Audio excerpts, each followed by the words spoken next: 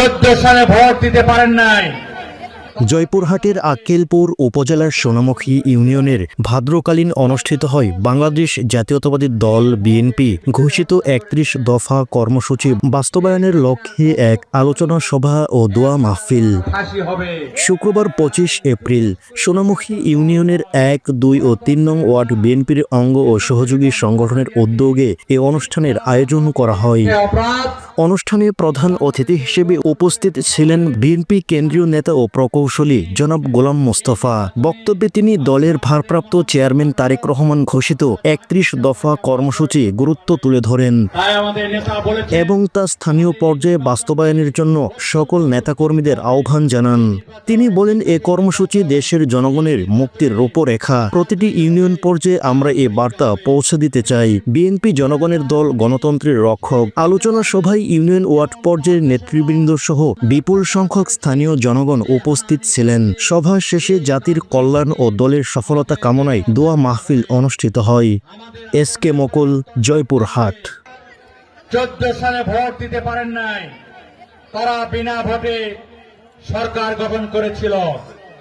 2018 সালে দিনের ভোট তারা রাতের বেলায় দিয়েছিল এবং 2024 সালে তারা নীল নকশার নির্বাচন করে পাতানো নির্বাচনের মাধ্যমে ক্ষমতা অধিষ্ঠিত হয়েছিল।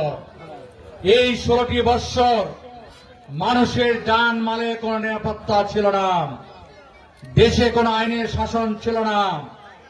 পক্ষান্তরে আমরা যারা বিএনপি করেছি, আপনারা যারা বিএনপি করেছেন, যারা অঙ্গ সংগঠনের নেতৃবৃন্দ ছিলেন, আপনাদের উপরে হাজার হাজার মিথ্যা মামলা দিয়ে আপনাদেরকে হয়রানি করা হয়েছে।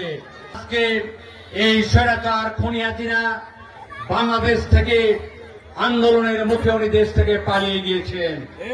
উনি আজকে ভারতে গিয়ে পালিয়ে গিয়ে উনি বলছেন, আমি তো সীমান্তের উপর কেড়ে নিয়েছেন, আপনি পিলখানা 57 জন সেনা অফিসারকে নির্বিচারে হত্যা করেছেন। শেখ হাসিনার কমপক্ষে হলেও 1000 বার ফাঁসি হবে। তাই টুপুস করে ঢোকা এত সহজ নয়। গণতন্ত্রের মা দেশনেত্রী বেগম খালেদা জিয়াকে মিথ্যা মামলা দিয়ে একটা অপরাধ, তিনি বাংলাদেশের গণতন্ত্রের কথা বলেন। তিনি শুধু আমাদের নেত্রীকে নয়, তারেক রহমানের বিরুদ্ধে শত শত মিথ্যা মামলা করা হয়েছে। তাকে আজকে এই বিষয়টা পরিশ্রম করে যাচ্ছেন আমাদের নেতা জনাব তারেক রহমান। উনি আপনাদের কাছে এখন আবেদন রেখেছেন যে আগামী যে জাতীয় সংসদ নির্বাচন হবে, এই নির্বাচন অত্যন্ত সুষ্ঠু নির্বাচন হবে। এই নির্বাচনে আপনারা আপনাদের মহামূল্যবান ভোট আপনারা যাকে ইচ্ছা তাকে আপনারা প্রয়োগ করতে পারবেন। তাই আমাদের নেতা বলেছেন, আমাদের এই নির্বাচনকে অত্যন্ত গুরুত্ব দিতে হবে। এই নির্বাচন একটি কঠিন নির্বাচন। এই নির্বাচনে কারা জয়ী হবে তার পরীক্ষা হবে। তিনি স্বৈরাচার খুনি শেখ হাসিনা এবং তার দোসররা অত্যাচার করেছে, যে হানাহানি করেছে, এই কাজগুলি থেকে আমাদের বিরত থাকতে হবে। আমাদের আচরণের পরিবর্তন করতে হবে। আমাদের সাধারণ মানুষের মন জয় করার জন্য আমাদের কাজ করে যেতে হবে।